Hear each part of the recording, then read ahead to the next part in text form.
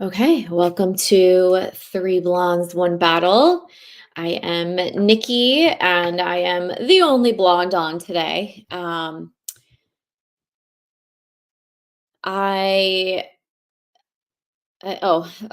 Bobby, I believe, has a neurology appointment today because of she is having an exacerbation, or however you say it, an attack. That's an easier way to say it. Um, And so she's getting that checked out, and then I'm not quite sure where Tara is, but, so anyway, I thought I would still come on here since, last week we had such a great episode with David Lyons. I think that everybody who is battling, some sort of, degenerative disease or ailment should listen to that episode because there are things that you can do neurologically when it comes to, reconnecting the neurons. We've got billions of pathways. And so just because one pathway is blocked, or when it comes to MS, one pathway may be severed because of the myelin sheath being destroyed because of the inflammation. Now it's open and now it's just not, transmitting the nerve signals. But you've got billions of different pathways. So you might as well start learning how to connect a different pathway to do the same thing that you once did. I like thinking of it like, let's say my example, I used to be able to run. So, whichever pathway that was, whichever that MS attack was, let's say it was the one in my brain. Um,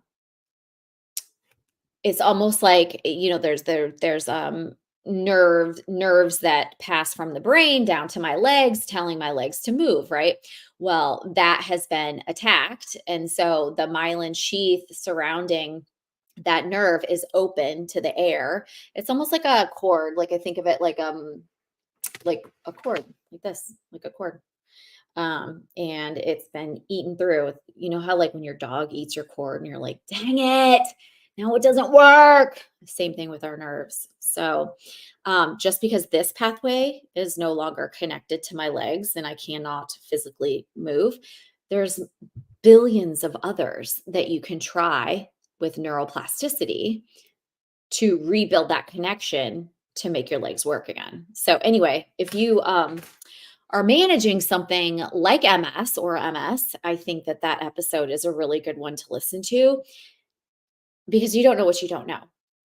So, that's what I like about our podcast. We give you opportunities to think about things that you haven't thought about. And yeah, so I decided to keep, come on today, not because I have much like positivity to speak, but just because um I don't want to go a week without a podcast. I think that we did that a lot at the beginning of this year, and I don't think that that serves our community, people that are out there managing MS, and they're looking for podcasts, and all they can find is medical podcasts or like doctors talking to them, or I don't know. There's not very many podcasts out there of people being real, like managing it themselves and talking about what they're doing. And so I don't like going episodes without just giving you kind of a sneak peek into what's going on in our lives, even if it's just me. So here in North Carolina, where I live, about 60 miles west, and then all the rest of North Carolina has been decimated by that hurricane, the quote unquote random, oh, haven't seen it in 1,000 years. No, I am a conspiracy theorist 1,000%. And I don't care. Most of my theories have come true. Do we remember where the coronavirus came from? Oh, it came from China. Okay, Nikki. And then they're like, oh crap, it came from a China lab. Well, no crap. So when it comes to what happened here in North Carolina, I don't think that that just happened. I don't. And so so of course, I have my theories based on what other people have shown, like shown on video. It's not even people talking about it. Like they literally, like, this is their world. because quote unquote climate change. There's some people out there that are like nuts when it comes to like, it's not climate change. And like that's like their world's like purpose. Of course, it's not mine. I just like following people that like get all hot and bothered about certain topics. And then I follow like their work and I'm like, whoa, they're on to something like, whoa. So this is these people that have been like looking at stuff like this for decades. This is their moment, dude. And so I listen to those type of experts that have been researching this stuff and kind of calling the government out on crap for years.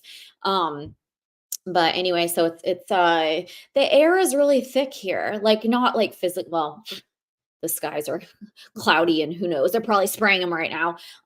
We don't have sun right now, but when I say the air is thick, I just mean that like I don't know, it's almost like when it comes to, people dying and people, like, they're literally all of the towns that we go to, it's 60 miles away, like, I live closer to the mountains than I do to the ocean, and I prefer that, I love the mountains. Why do I love the mountains? Because it's so serene, and it's an easy, quick getaway. You can drive there in 50 minutes, you'll be in Blowing Rock, 60 minutes, you'll be in Boone, and, all of these like little towns like going through, they're destroyed. And I think just the heaviness of that, like just knowing that not only selfishly are all of your favorite spots gone now, your favorite lake, I love Lake Lure, it's so beautiful, destroy, like like you can't even see the water, you can't even see the water.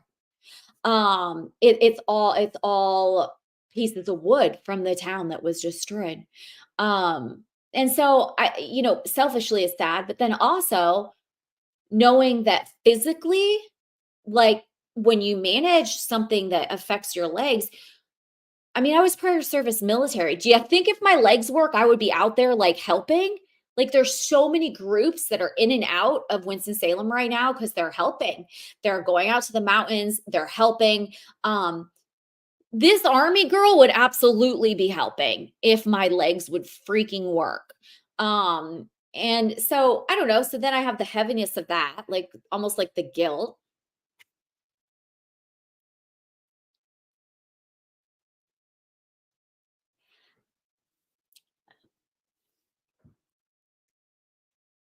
And then just all the stories. It's so bad here, you guys. If you are tuning in from other states, like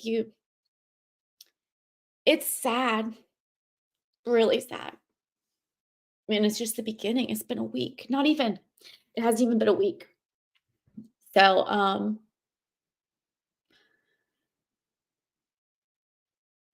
yeah. So anyway, that's how North Carolina is right now. It and I suppose like the further away, but everybody has family that lives like in the mountains or they know people. I finally got a hold of my friend today. He finally responded. Dylan's been trying to get a hold of his daughter since Sunday. So we were just chatting. Like I cannot believe his mountain house was not affected. He's in Blowing Rock outside of Boone. But yeah, so it's just been crazy. And so, you try to, when it comes to managing your emotions, you try to find like, okay, I can't wallow, I can't live in this. I can't like let this consume me because when it comes to MS specifically, this is an MS podcast. So I'm going to be talking about specifically our bodies. Um, we got to stay pretty chill. I mean, when it comes to stress, um, we can't get all like worked up about things because then what happens is our immune system starts going haywire, and it starts then we have an attack. And so I think all of the things that I've learned over the years, it's like, okay, what can I practice right now? When I'm in such a like not a great space, like I just it's sad, I'm in sadness. um and I think, the things that I've been trying to do, what I can do, breathing, somatic work, like that is something that anybody can do. Throughout the day, nobody even knows you're doing it. Box breathe, breathe in 4, hold 4, breathe out for 4, hold for 4. Do that, I don't know, 10 times, multiple times a day. Belly breathing, obviously, belly breathing is easier when you're laying on your back. I do work from home, so I mean, that's super simple. I could go do that, and I have been. So I've been using my breathing techniques. I think getting out and moving, whether that is grocery shopping, whether that is going to Costco to buy supplies to ship to Western in North Carolina, or if you're not local, like just going out to Costco, um, going, somewhere, just walk somewhere, going on a path to walk a little bit, going to the end of your street and back, just multiple times a day, just to like get out, breathe the nice sprayed air. I'm just kidding, sort of. Um, oh, that sun is hitting me. I look really weird in the cameras. So moving a little bit, I do actually keep up with reflexology when it comes to MS. Reflexology is very, very, very beneficial for us when when they're touching certain points, the pressure points, the uh some would say chakras, on the bottom of your feet. It actually rejuvenates your entire legs. Like we can walk better after we have, let's say, like pressure points pushed on the bottom of our feet or around our ankles, going up our legs. So I keep up with that. One thing I haven't been good with is keeping up with chiropractor. I think chiropractic work is very important when it comes to managing MS, and I have not kept up with that, which whoops, but I would highly recommend that as well. I did want to kind of tell you guys though, it has been, if you've been following my journey, I was diagnosed, it'll be 20 years ago in March. So 20 years ago, in March. And my last attack was actually, I had double vision. That was when I lived here. In this house, and it was October of 2022. So it's been a while. I haven't had an attack in a while. Something with MS, we when it comes to relapsing remitting MS, what happens is we'll have an attack and then it'll calm down. We'll take steroids, maybe like Solumedrol is IV steroids. We'll take steroids for 3 to 5 days, and then our body will just kind of like, the inflammation will go down, and then we'll get that function back. Like obviously I can see now. But with MS, what can happen is if your life is getting super stressful, or say, yeah, typically stressful, or if you're feeding it like crap, like diet is a big deal with MS. Like you got to stay away from the sugar. Do I avoid sugar every day? No, because I'm human, and sometimes I just want it. But if you do that day after day after day, you're going to cause, what happens with MS is whatever you've had before, it's called a pseudo attack. You might kind of start feeling it again, almost like, you know, your legs start getting really, really heavy again. They don't stop working. That would be an attack. So if you wake up in the morning and you can't move your leg and you're like, oh crap. Like I've literally like, I don't like help. I don't like telling people either, but I have a son. And so it's obvious, like I can't hide stuff from my 15-year-old.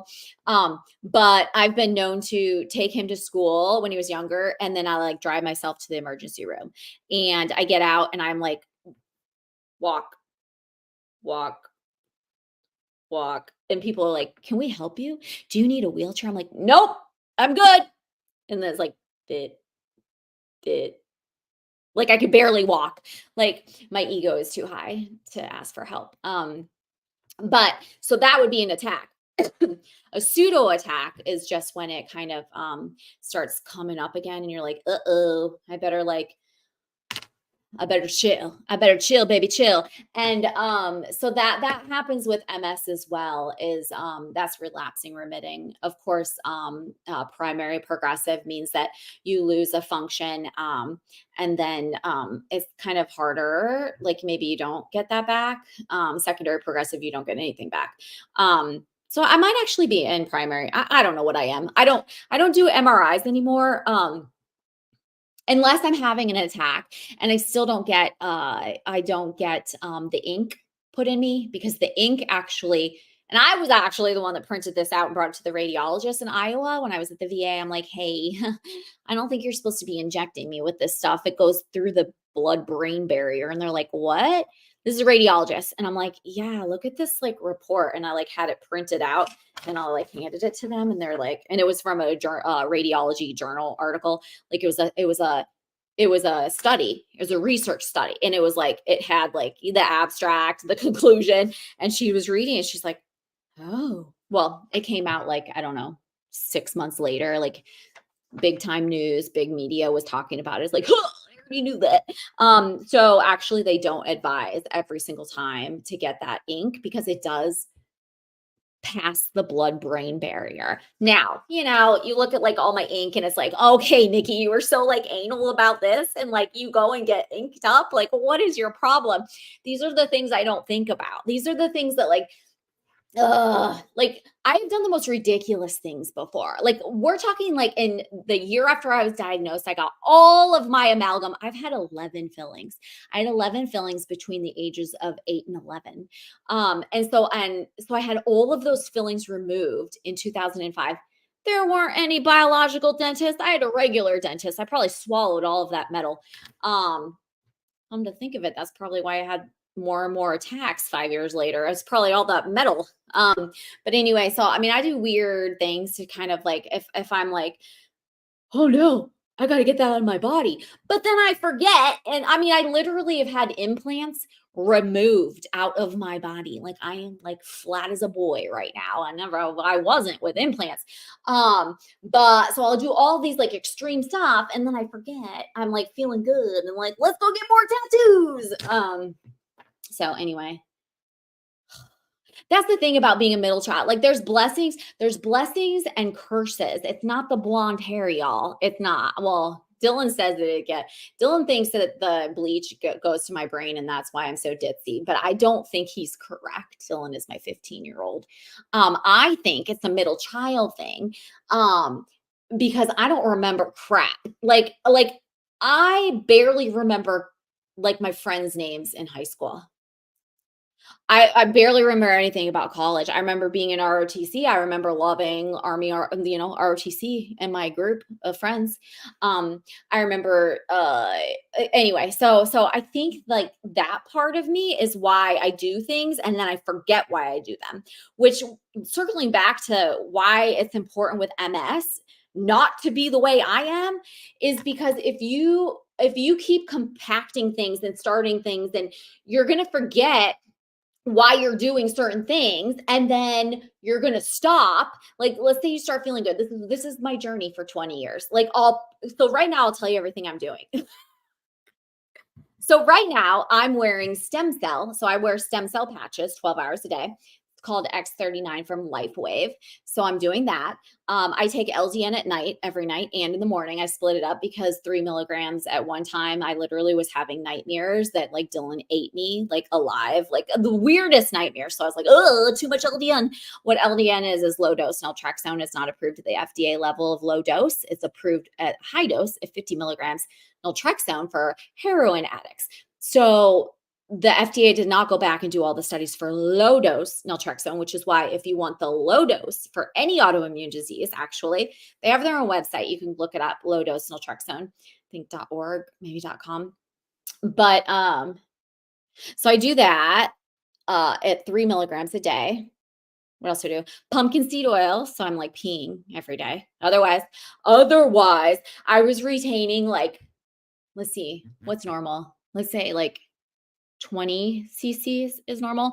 I was retaining like 90 or something crazy. Now, if it's 200 cc's is normal, it's like 900. So I forget. It was bad, you guys. I had pain daily, like pressure pain down there. And I literally thought it was like my pelvic bone was like, I didn't know. So anyway, so I was retaining urine and getting UTIs like nonstop. I don't get those anymore because I take pumpkin seed oil. So certain things like I'm like good at like maintaining, like keep it up. I do red light therapy.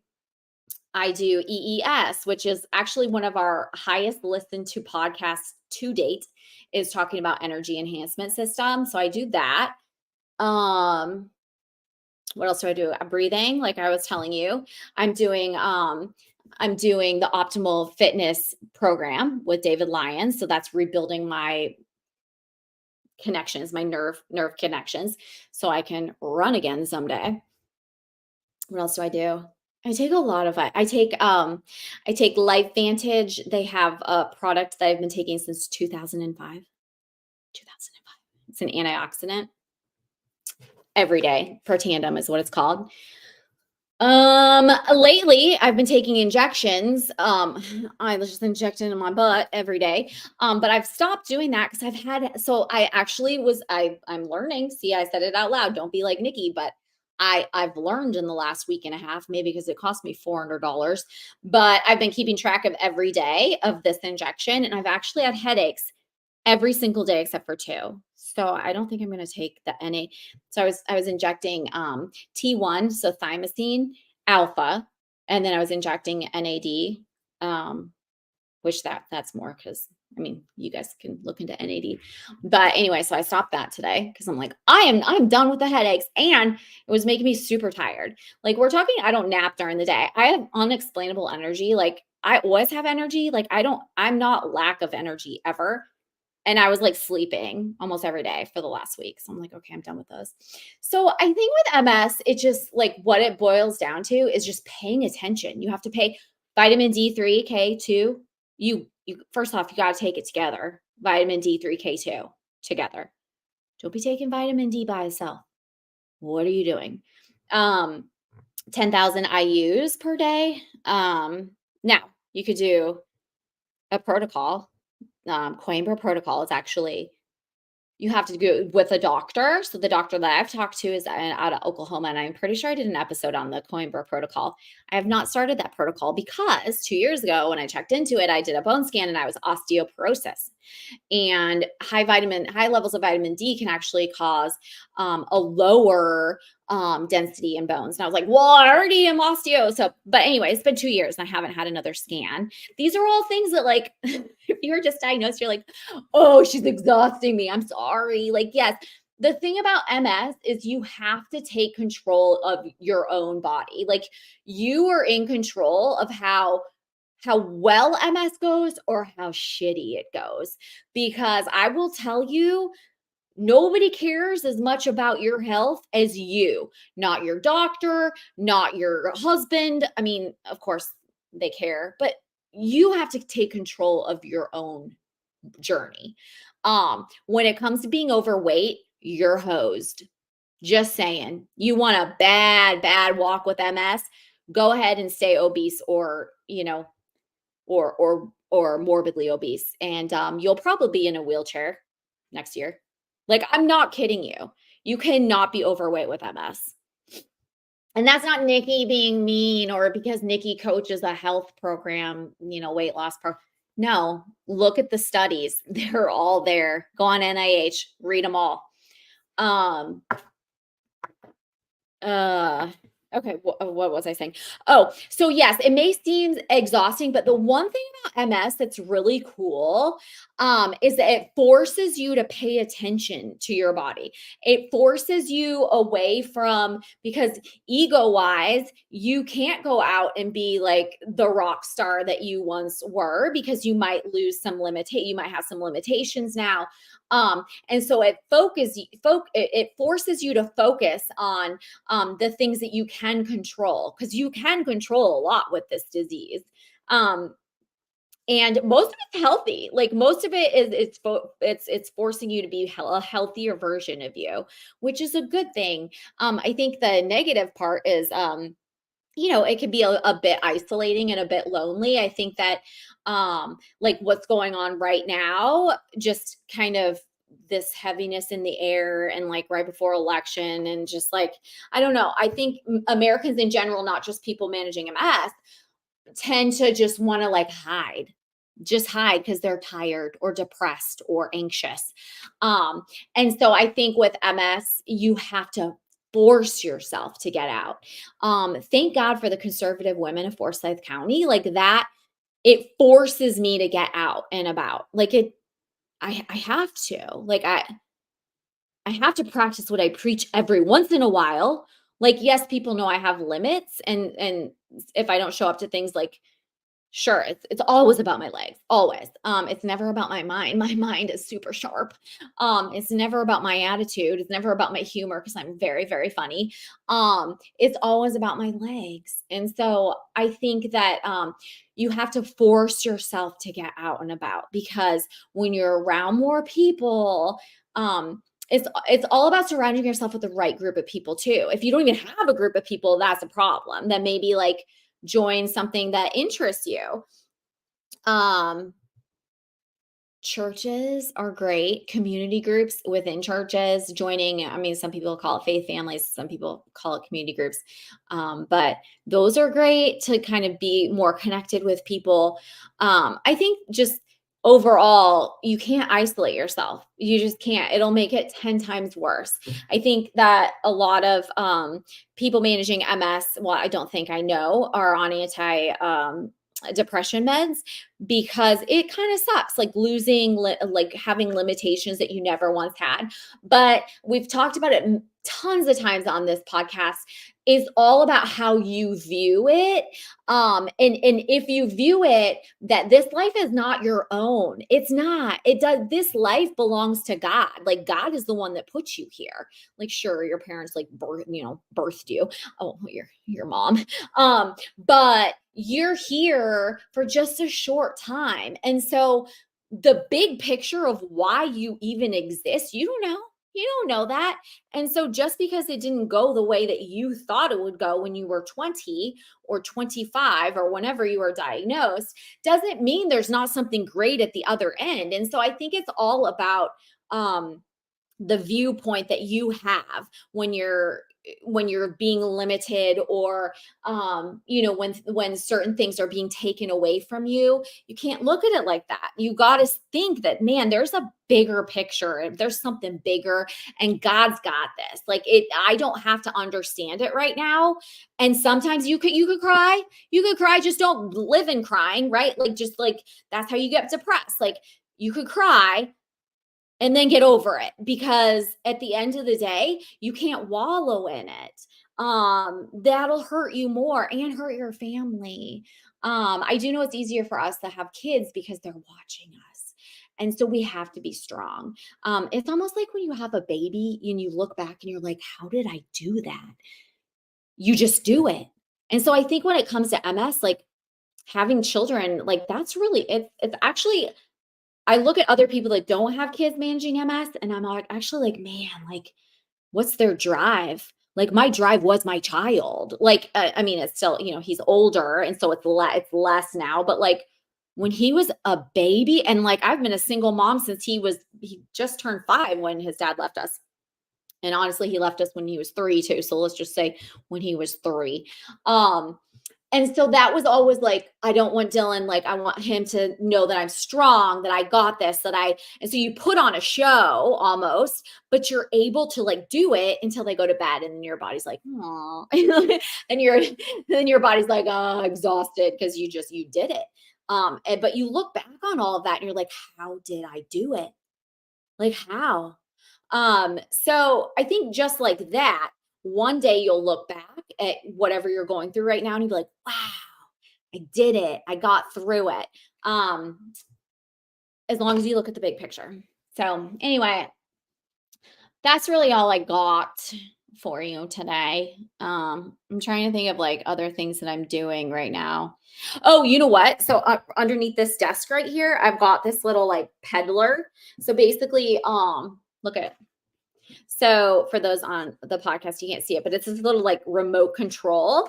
And so you put your feet in it and you push start. Like, I'm not even like, I don't know if I can ride a bicycle. I haven't tried. So I haven't tried since I actually lost. So I stopped riding my motorcycle in 20, see, I moved here in 19. So 2018 is when I stopped riding my Harley. And then I believe the last time I was on a bicycle, I was bicycling with Dylan, and it was before I moved here. So it must have been 2018.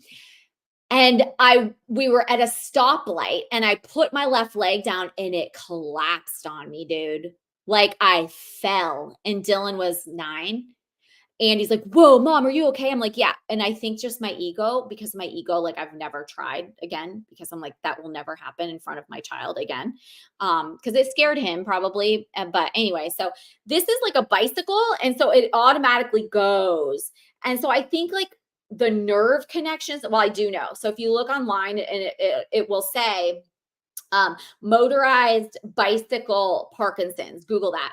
Parkinson's motorized bicycle movement or something like that. You'll see the studies. So basically, they studied Parkinson's patients for 30 minutes a day, 3 times a week, 30 minutes, 3 times a week. And it increased their mobility by 60% doing that. Now, I don't know how long they had to do that, but that's it. Like, just so anyway, you put your feet in it and it'll go, and you can do it as long as you can, and then it'll reverse it too. So those nerve connections, it's your legs are actually like bicycling. So anyway, so I do that. And then I also got a rebounder. So I get on the rebounder once a day. You can hold on. You don't have to like, if your balance sucks. So I actually like I've noticed that I can do that longer. It's been 2 months now with that. Longer, and I'm able to lift my legs up more when I'm jumping. So anyway, those are just some things. But all right. I hope you all are well. I don't know which blondes will be on next week, but we will see you next Thursday. And as always, you can find us on iTunes and Spotify, and we will see you then. All right. God bless you.